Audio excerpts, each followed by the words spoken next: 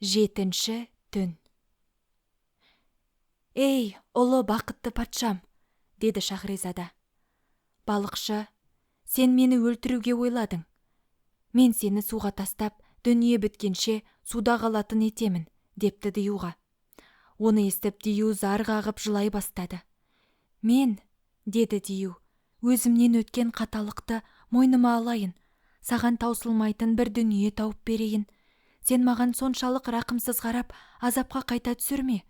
Ғаманның қаткеге істеген ісіндей болмасын», деді. «Оның қандай әңгіме ет, сөйлеші, тыңдап көрейін», деді ерікті қолына алған шал. «Сөйлейін, балықшы, мені босатып далаға шығарыңыз», деді жалынышты дауыспен Дию. Шал: «Олай болса, әңгімен құрсын. Тіпті саған сенуді қойдым. Әңгімеңді айтсаң, көзенің ішінде отырып айт. Болмаса суға тастап, жағалап жүріп, жар саламын», деп суға сүйрете жөнелді. Дию жер көктің құдайының атын түгел айтып, ант су ішіп, суға тастай көрме деп жалыныпты. Балықшы ойланып қалды. Өлсем бір кәрі шалмын. Өлмегенде осы дүниенің мен қимайтындай қайғызығына кенеліп жүрмін. Тіпті үлесіме тиген 4 балығында құдай көпсініп, бүгін быжық-тыжығын шығарды. Егер уәдесін орындаса, аз болса да дүние тауып беруге қуаты келетін алпамсадай неме екені рас. Енді неде болса босатайын. Уәдесін жұтса, онысын тағы көрейін, деп құмырадан қайта жиекке шығарды.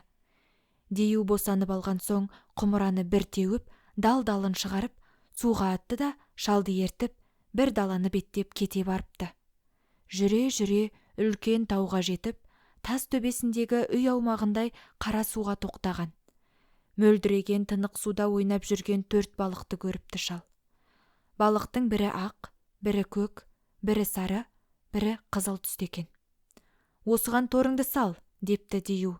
Шал торын суға тастасымен 4 балық түсе қалған. Дию: «Енді осы балықты апарып патшаға тарт. Патша бұл сияқты әдемі балық апарған үшін саған көп алтын береді. Бұл таусылмайды. Әр күні келсең де осы судан табыла береді. Қашан құпия сыры ашылғанша саған таусылмайтын қазына. Ашылған күнде де саған қайырлы болады. Мен саған алтынды қаптап әкеліп те берер едім. Бірақ еңбексіз дүниенің рақаты болмайды. Еңбекпен емген дүние бойыңа сіңеді. Сондықтан кәсібіңе сәйкес осы олжаны лайық көрдім. Ал менен өткен қателіктер болса кешір. Мынау істеген қызметіме риза бол, шалым.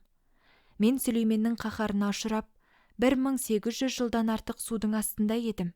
Енді еркін дүниені сайраңдап, аралап жүріп көрейін», деп Дию жерді бір теуіп жарды да астына түсіп жоқ болыпты. Шал балықты ұстап әкеліп патшаға тарту етіп тартқан. Түрлі түсті балыққа таңырқаған патша шалды құрметтеп 400 алтын сыйлапты. Өмірінде болады деп ойламаған көп дүниеге шал кенелді де қалды. Патша бұл балықтарда айрықша қасиет бар деп ұғынды. Оларды пісіріп жеу үшін осыдан 3 күн бұрын бұл патшаға Ром патшасы бір қызын әкеліп сыйлаған еді. Оған патша ас пісіретін қызметті тапсырған. Соған балықты пісіруге тапсырды. Қыз балықты тазалап, қазанға салып қайнатып жатқанда, асқананың қабырғасы жарылып, бір қыз асқанаға кірді.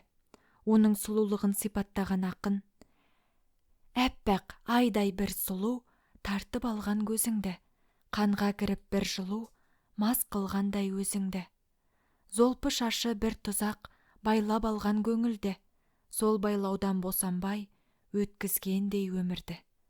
Иран бақтың гүліндей, екпін қозғап шалқыған, бой балқытқан қош иес, жанап өтсе аңқыған.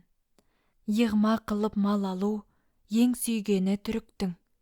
Ол көңілдің йығмасы, алдырасың жолықтың». Қыздың қолында солқылдаған еменнің көк шыбығы бар еді.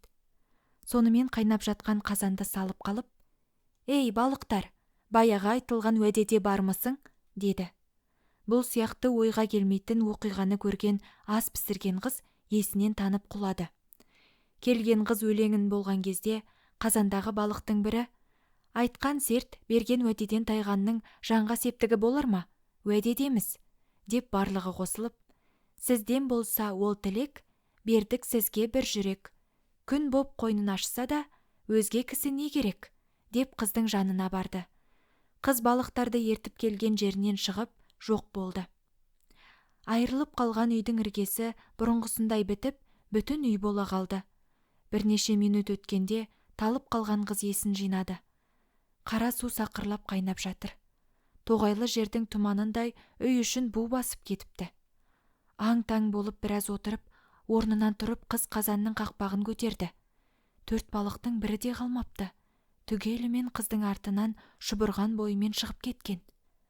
Ромнан келген қыздың алғашқы пісірген асы осы еді. Салған жерден патшаның қастерлеп алған балығын қашырып алғанына налыды ол.